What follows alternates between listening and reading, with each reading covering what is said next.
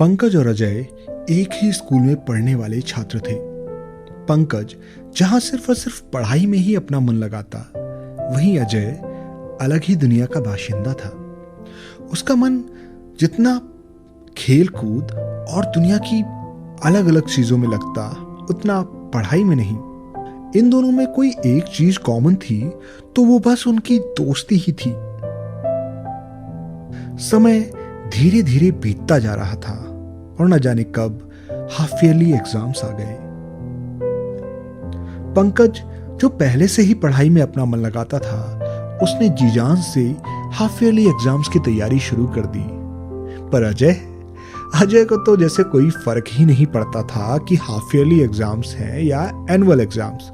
उसे तो भाई जो करना था वो करना था।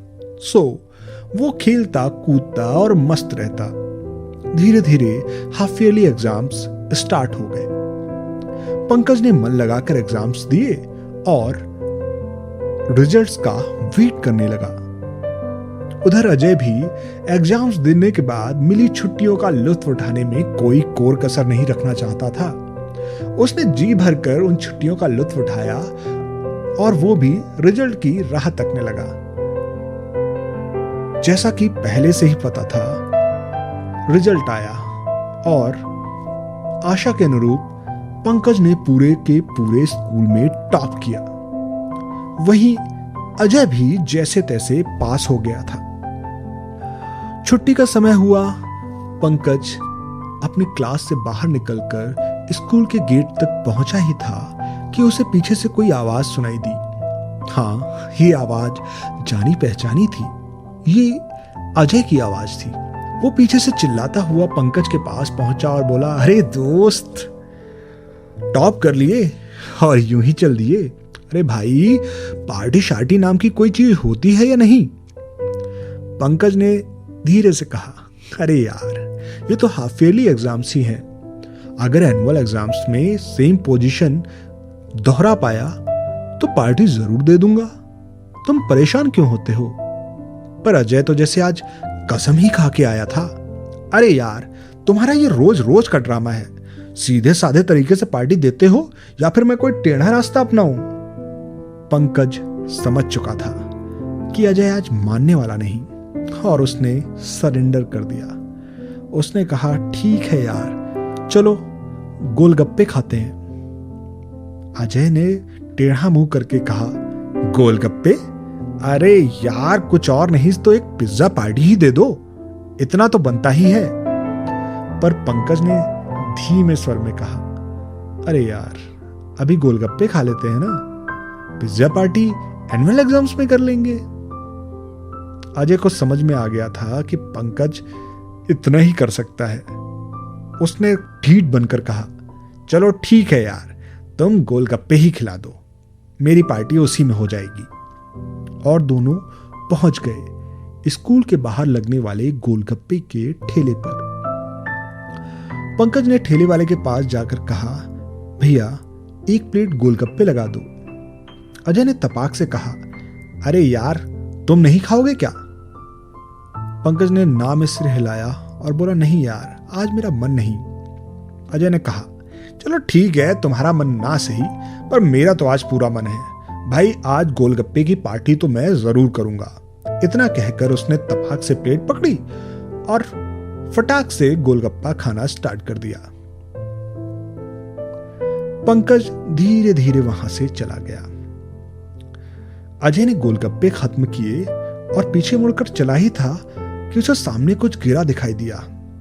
पास जाकर देखा तो वो पहचान गया, अरे ये तो मक्खी चूस पंकज का बटुआ है। कहता था पार्टी नहीं दूंगा, अब देखो मैं कैसी पार्टी करता हूं इससे। वाह वाह ऊपर वाले वाह। उसने फटाक से बटुआ उठा लिया और उसको देखने लगा। ये क्या? ये तो वाकई में कंजूस है, पूरा का पूरा बटुआ ही खाली है। अरे ये क्या? ये कागज का टुकड़ा कैसा है? उसने कागज का वो टुकड़ा बाहर निकाल लिया और पढ़ना स्टार्ट किया। वो कागज का टुकड़ा ज्यों ज्यों पढ़ रहा था, त्यों त्यों उसके चेहरे का रंग उड़ा जा रहा था, क्योंकि वो कोई साधारण कागज नहीं था। वो पंकज को स्कूल से मिली हुई आखिरी वार्निंग का लेटर था, जिसमें साफ साफ लिखा था कि अगर 2 दिन के अंदर पंकज ने स्कूल की फीस न जमा की तो उसे स्कूल से निकाल दिया जाएगा। वो पंकज, उसका दोस्त पंकज, स्कूल का टॉपर पंकज 2 दिन में स्कूल से निकाल दिया जाएगा। ये सोच सोचकर अजय का मानो सर फटा जा रहा था। उसकी आंखों से आंसू टप टप गिरे जा रहे थे। उधर अजय के घर पर अजय के घर वाले बहुत देर से उसका इंतजार कर रहे थे, पर उसका कुछ पता ठिकाना नहीं चल रहा था। उसके कई दोस्तों को फोन कर लिया गया था और यहां तक कि उसके पापा उसके कई दोस्तों के यहां हो भी आए थे, पर कहीं कुछ पता नहीं चल रहा था कि अजय कहां है।